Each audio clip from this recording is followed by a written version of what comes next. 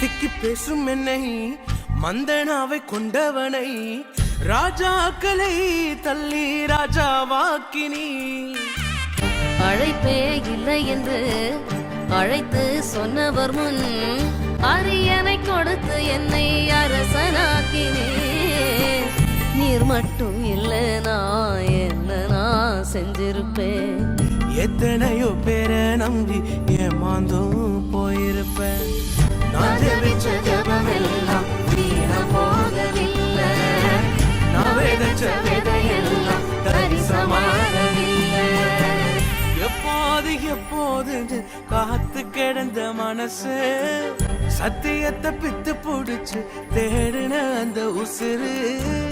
எப்போது எப்போதுன்னு காத்து கிடந்த மனசு சத்தியத்தை பித்து புடிச்சு தேடுன அந்த உசிறு.